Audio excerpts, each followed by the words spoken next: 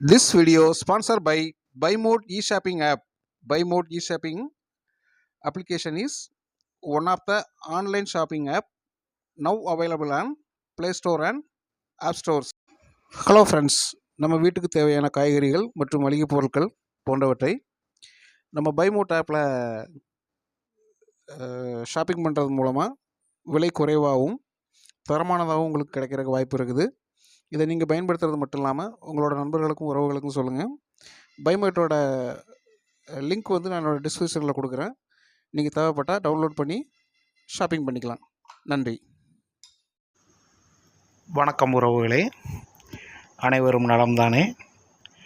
ஒரு புதிய காணொளியோடு உங்கள் அனைவரையும் சந்திப்பதில் எனக்கு மிகவும் மகிழ்ச்சி. இன்று ஒரு வரலாற்று தகவலை தெரிந்து கொள்வோம் உறவுகளே. ஒரு முறை ஹிட்லரை சந்திக்க நேதாஜி சுபாஷ் சந்திரபோஸ் அவர்கள் சென்றார்கள். அவரை சந்திக்க சென்ற பொழுது அவருடைய ஆதரவாளர்கள் அவரை ஒரு அறையில் உட்கார வைத்தனர். நேதாஜி அவர்கள் ஒரு புத்தகத்தை படிக்க ஆரம்பித்து விட்டார். ஹிட்லருடைய ஆட்கள் ஹிட்லருக்கு தெரிவிப்பதற்காக சென்றார்கள். அப்பொழுது ஹிட்லரை போன்றே வேடம் அணிந்த பலர் வந்த போதிலும் நேதாஜி கண்டுகொள்ளாமல் படிப்பதை தொடர்ந்து கொண்டிருந்தார். இதில் என்ன விஷயம் என்றால், பல சமயங்களில் ஹிட்லர் போன்ற வேடமணிந்தவர்களை கண்டு பல மனிதர்கள் தாங்கள் ஹிட்லரை சந்தித்ததாக சொல்லியிருக்கிறார்கள்.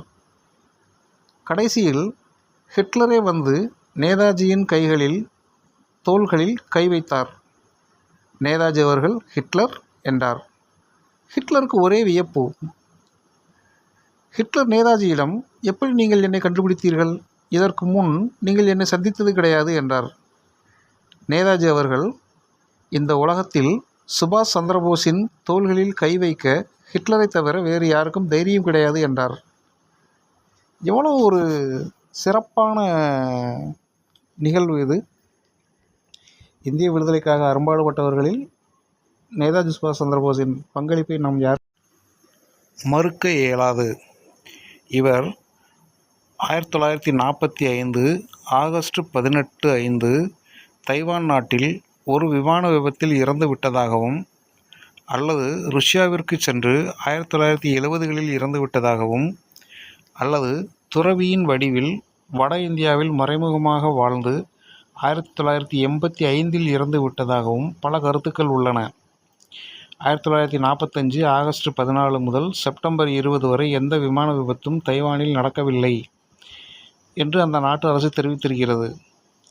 போஸ் அவ்வாண்டு இறக்கவில்லை என்ற வாதத்திற்கு இது வலுவூட்டியது. இந்திய அரசால் நியமிக்கப்பட்டு இதை பற்றி விசாரித்த முகர்ஜி கமிஷன் நேதாஜி அவ்விமான விபத்தில் இறக்கவில்லை என தெரிவித்துள்ளது. நன்றி உறவுகளே. இந்த காணொலியை முழுமையாக கேட்டமைக்கு மீண்டும் ஒரு காணொலியோடு உங்களோடு விரைவில் இணைகிறேன். இதுவரை இந்த சேனலை சப்ஸ்கிரைப் செய்யாத நபர்கள் சப்ஸ்கிரைப் செய்து இந்த சேனலின் வளர்ச்சிக்கு உதவுமாறு உங்களை கேட்டுக்கொள்கிறேன். நன்றி, வணக்கம்.